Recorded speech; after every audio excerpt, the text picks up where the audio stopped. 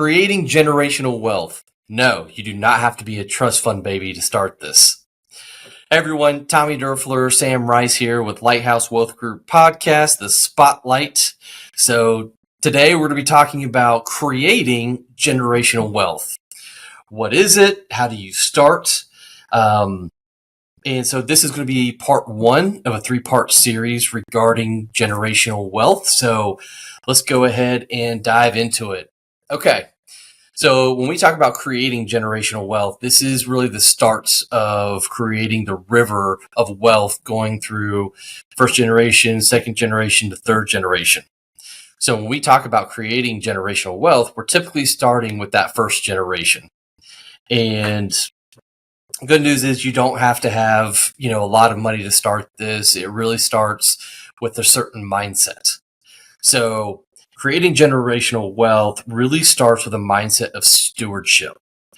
And what that means is you use money and you look at money as a tool, not the product. Okay. And so owners typically tend to think mine.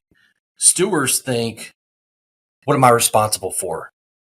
Right? And so you want to be responsible for being able to steward money well.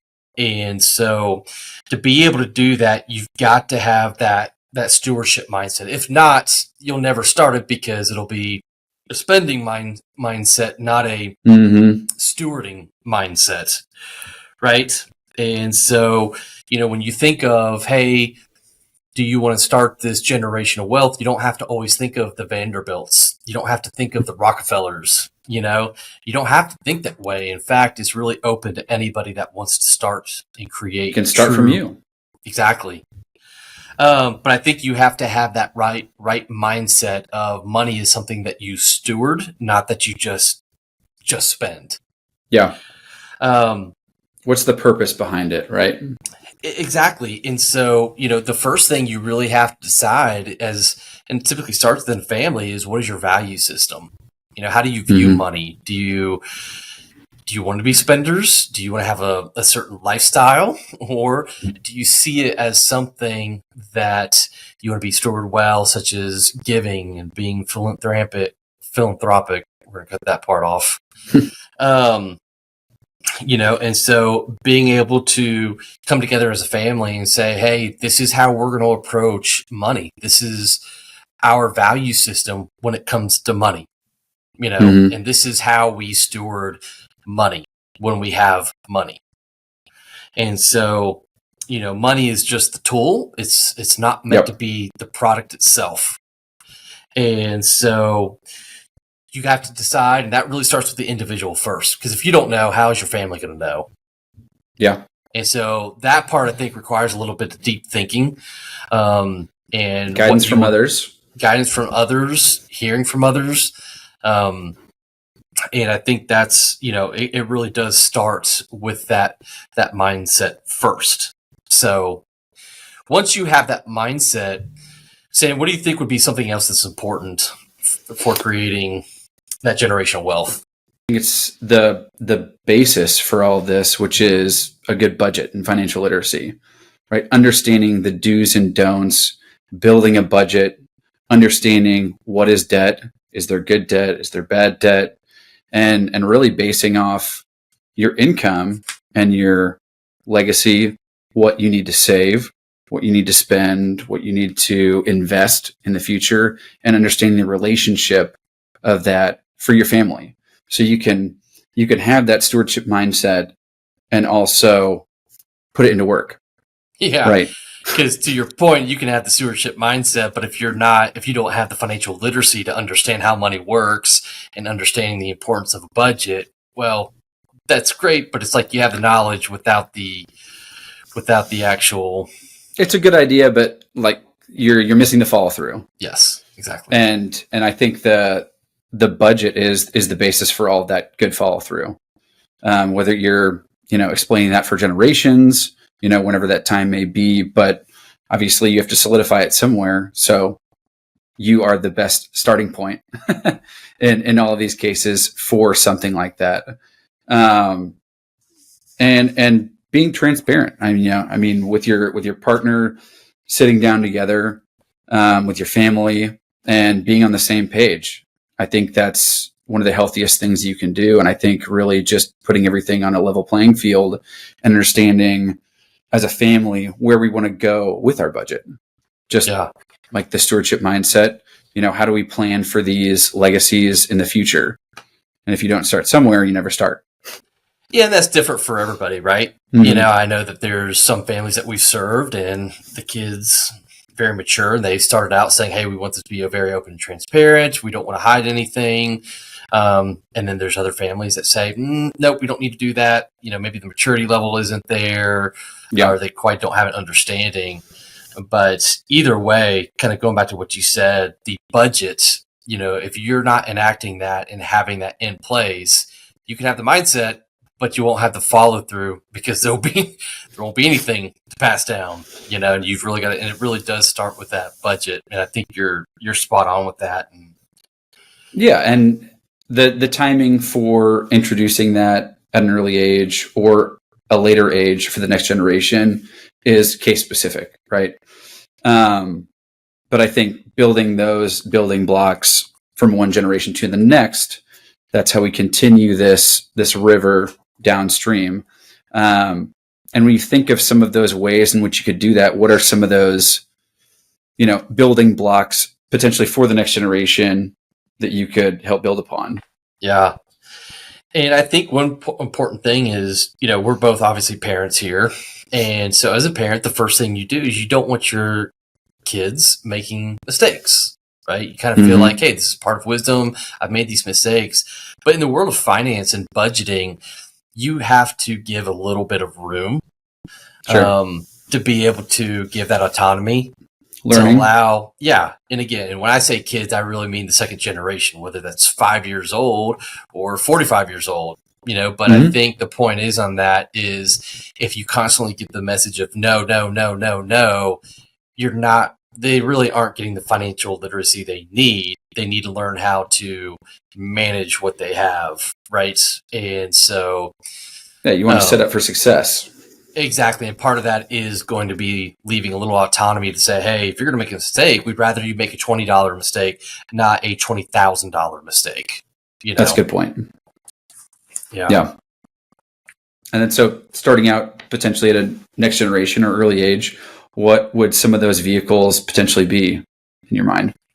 Yeah, I think, one thing is, one thing you can do is, and of course in this situation, I'm going to say start a Roth IRA for the kids. Custodial is called a custodial Roth IRA. And of course, this is assuming that the parents are taking care of themselves first. We never want to put this the other way around. And, the analogy we always use is, if you're on a flight, the pilot comes on, they always say, hey, if the cabin loses air, make sure you put the face mask on you first before helping somebody else, right? And we think the same thing in this scenario is make sure mom and dad are taking care of themselves first. And once they do that, now you can start funding a Roth IRA for the kids or grandchildren. Now, caveat here is they have to have what's called earned income before you can do that. So, sorry, babysitting under the table, getting paid that way does not count, so you have to have what's called earned income in order to do that. But by starting that out, we all know how the compounding effects of investing works, right? And the earlier you start, the better, works in your favor, the more it grows, the more it compounds and so on. So if you can start that at a young age, that is huge. Because now the kids are set up for success. That second generation are really set up for success to have a head start for their retirement. And it's great because, typically you can't touch these things till age 59 and a half.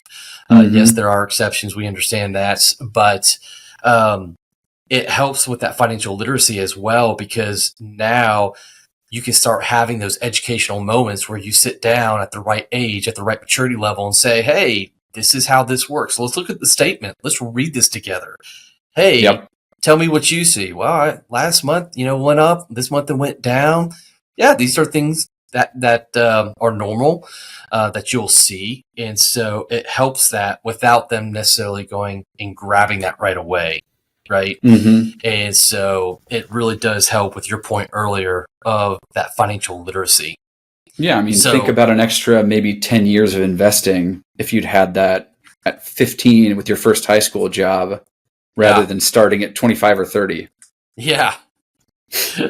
And the thing is, if essentially parents can fund that for their kids or even their grandkids at that Mm-hmm. time where they can, um, it helps them get started. And you're kind of starting that next generation wealth and planting that seed as early as possible. And Mm-hmm. so for the grandparents, let's say, that are able to fund a custodial Roth IRA for their grandchildren, that eases the pressure for their kids, that second generation. That's right. Right. And so you're going from that first generation to now planting that seed for the third generation. Mm-hmm. And I think, if they have a summertime job, if you have W-2 employment, that counts. Go ahead and start Mm-hmm. open something up. If, you have a family business, Yep. go ahead and put them on payroll. You can do Yeah, that that's a and great say, way. hey, we're gonna take your your paycheck and put that into a Roth IRA. Mm-hmm. And you can really start building that wealth at a very early age, which is awesome. Yeah, no doubt. So, obviously you want to be able to, that'll certainly help. And again, we all know the effects of compounding. If you don't, go to our website. You can plug in numbers there to see that. But, what is something else or another tool that they can, either the kids, or I'm sorry, the parents or the grandparents can use to go ahead and start that generational wealth as well, other than a Roth IRA? Yeah, Roth IRA, fantastic ability if you've got the earned income to do it. And then again, if you don't, even at an earlier age, you could start a 529, either as a parent or a grandparent. And I think this is one of the things that you mentioned takes that pressure off, maybe if you're a grandparent, off the child's wealth generation ability. And then also for the generation below that, the kid themselves having to pay for their own college. So like Gen 1 from Gen 1 from Gen 2, is that what you're saying? Covering 2 generations worth of ability to generate wealth for themselves. Yeah. And when you say 529, why don't you give the listeners, they may not know what that is. Yeah. 529 would be a college savings plan. And they've really opened the ability to be able to used for not only trade schools, college, but also K1 through 12 in recent years, up to certain limitations, but takes that burden off. If the parent is trying to save for their kids' college, but at the same time trying to save for their own retirement, you've really got that balancing act that you're trying to navigate through. And if you've got a grandparent that maybe has excess savings, they don't know what to do with because they've got all their expenses dialed in retirement, but they really want to give something back to the next 1 or 2 generations. The 529 really helps with that. And as of recent years, it actually for qualifying for FAFSA and financial aid, if you did still need that, it takes it out of the kids' bucket as well as the parents' bucket for qualifying. You mean, what generation is that? As if a grandparent were to contribute.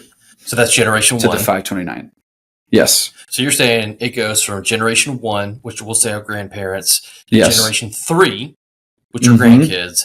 So Yes. that when generation 2 goes to file the FAFSA, a very small portion of that will count towards their assets for the purpose of them being able to get financial aid. Yeah, financial aid. Yes, sorry. If they still need it. What was contributed by the grandparents would be excluded because there's a percentage of parents' income which is contributed and counted towards that FAFSA enrollment, but anything saved by the grandparents in a 529 would be excluded.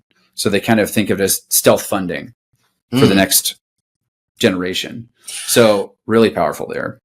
Yeah, just so everybody knows too, the Roth IRA and the 529, those you do not get tax deductions for the contributions. So there's no real tax benefit on the front side. But if it's grown and they can withdraw for qualified expenses, they can withdraw that money tax free.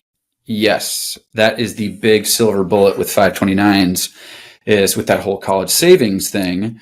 If it grows, so you contributed $30,000 at an early age of the grandchild's birth, say, and it grew to $100,000, anything used towards education or education expenses would be tax-free. Yeah. That's huge. And so what I like about this is, again, you don't have to, be super savvy with some of this stuff, and you don't have to have all the money in the world, but simply just starting that, because, if you go from Gen 1, which are, I'll say in this example, the grandparents, down to Gen 3, yes, it alleviates pressure from the Gen 2, the adult kids, right, to be able to do that on their own, which a lot of times we see in our meetings. It's like, this is really hard. We're trying to save for ourselves. We're trying to make sure to set our kids up financially.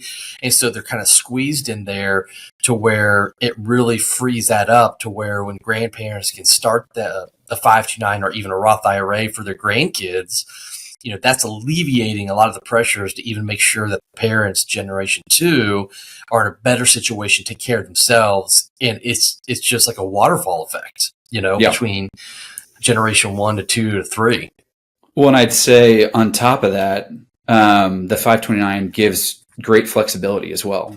So if there's a grandparent with, a couple kids, and then their kids have kids, and they've got a 529 that was started for one of their grandchildren, if they don't use all of it, or say they never go to college, they never end up using the money for qualified expenses, they can transfer that to another grandchild for use for those funds as well. And, there's great flexibility with the 529, which it gives it one of the biggest benefits in our tool bag for trying to fund for some of those large expenses. I know that the increased cost of college has gone up quite a bit over the last couple of decades. And so that's a top concern for a lot of our clients, and something we can address with retirees as they get a little bit older and they've got some of their finances more in order. They've got some more flexibility with the money they've accumulated. And as you're talking about, in the first part, stewardship for their wealth and the next generation, how can we alleviate that pressure for the next generation or two? If I don't need the assets right now, what is the biggest benefit to my family for the next 1 or 2 generations? Yeah, absolutely. Love it. And then on top of that, as we're talking about all of these different ways to invest for a couple different generations, once you get that money started, what's the best way to kind of learn how to keep that risk and kind of preparing ourselves for not taking undue risk with our money that we've accumulated? Well, I think the goal here is, again, talking about generational wealth is, and again, I want to use parenting just because we're both there, but as with our kids, you're always wanting to protect them as much as possible, right? Don't do that, you might hurt yourself. Don't do that here. Don't do that here. And so, a lot of times we project our own fears onto them, right? So one thing we talk about is we don't want the parents necessarily, or Generation 1 or 2, necessarily passing down the fears of risk because of where they're at, right?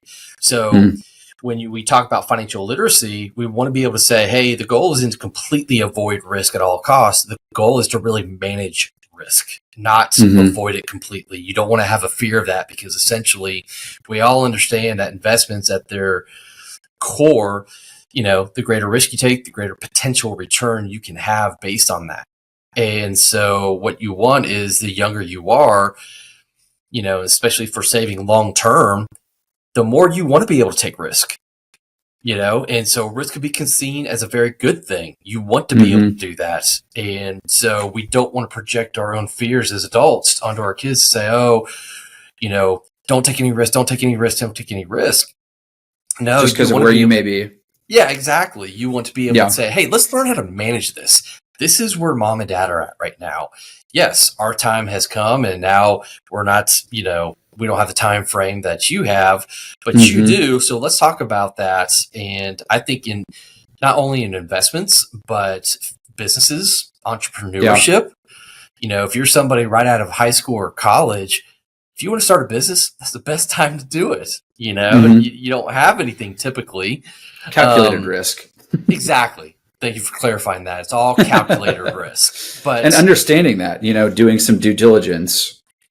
yeah, and learning that process of, hey, what does this look like? And how should I manage this? And, again, you can start looking at risk from the uncertainty, right? So we always Mm-hmm. defined risk as making a decision and not knowing the outcome. That is at its core the definition of risk. I want to do something and I don't know what the outcome is going to be. Mm-hmm. And so you want to learn for the next generation to learn how to manage that, not necessarily 100% just completely avoid it. And so then you start looking at, hey, how do you make good decisions? How do you make decisions based on principles now? Not just gut feelings, not just of, well, the market did this, so I got to do this now. You don't want to Yeah. make those reactive decisions. And so now the next generation hopefully learns, hey, how do you make good decisions, not based on emotion, but based on principles? When I think that really builds off some of the earlier things that we'd spoken about. What are your principles within your family that you've grown up with, that you've, given to your kids or to the next generation? What do they believe in? What do you believe in? And their beliefs around money, understanding and having a good financial literacy background. Just like you said, not making a $20,000 mistake, but maybe a $20 one. Yeah. Yeah. Completely. And so, learning how do you create value in entrepreneurship? How do you have internships? What does that look like? Investing in yourself initially. And then you learn how to mitigate risk, right? So Mm-hmm. having a fully funded emergency fund, always have cash on hand. That allows you to say, okay, I can mitigate risk to where I'm protected over here as much as I can be, but I can take risk over here because of that. That's right. And so you Which start starts from a learning that. budget. Exactly. There you go. Exactly. Which is why we always start with that, right? That's right. Um, so yeah, I think learning not to be afraid of risk, but learning how to mitigate it and manage it, will help okay, hey, where do I need to invest myself, my time, sometimes your money. And that certainly helps. And then the last thing I'll say is, obviously creating generational wealth, what you want to do is give. Mm-hmm. Give. That's a really powerful value to pass down to your kids, because the last thing is it teaches, on a very fundamental basis, it teaches that money does not control you, and don't let it control you. You want to have Good an point. abundant mindset. There's enough for everyone here. And if you don't learn to give, I think you're missing out in teaching the younger generation that you cannot let money control you. Because as soon as you start doing that, agendas change, motives change. A lot of times there's hidden agendas and motives, all because you're just grasping for something that you don't want to let go of. And so, making sure to have that giving mindset of, hey, we do this, we're going to make smart decisions, but at the same time, we're also going to give. And I think that in of itself, of doing that by doing it by example, is what's going to teach the younger generation so much more than what you say. People are going to look at what you do. They're going to listen to what you say, but they're going to really look at what you do. That's And right. I think that is something that's really, really important for people to make sure they do, is learn to give that without any, Strings attached, maybe. exactly. You don't want to give with any strings attached, because that changes things. So just learning how to give and making sure that you have a healthy relationship with money and that it does not control your decision making. Yeah. And that, stewardship mindset, it shows people that money is not the end all be all. It's a tool, and that, gosh, it feels good to give to others. And there's something greater than us. Yeah. Yeah. Love it. Yeah. So as we wrap up here today, why don't you just briefly summarize the key points? Yeah. So we started off with having a good stewardship of money and mindset for money within your family, establishing that for the next generations, whether that's from your grandparents, your current generation, for the next one to come.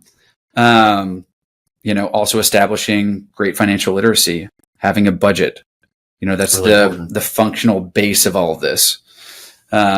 Some good practical ways to start this for the next generation. Roth IRAs for kids or grandkids, if they've earned income. That's the key component there, right? And then college funding, if education is an important thing for the next generations, which in many cases it is. There's some fantastic ways with 529s that give some great tax advantages to those kind of things.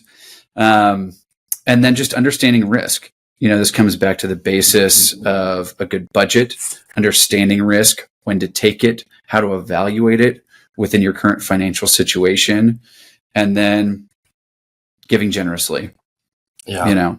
Having a stewardship mindset, giving to the next generation, giving to others, giving to great causes, and being involved within your community, I think is a great way to teach generations to come to have a healthy, great relationship with the assets that they've been a steward of.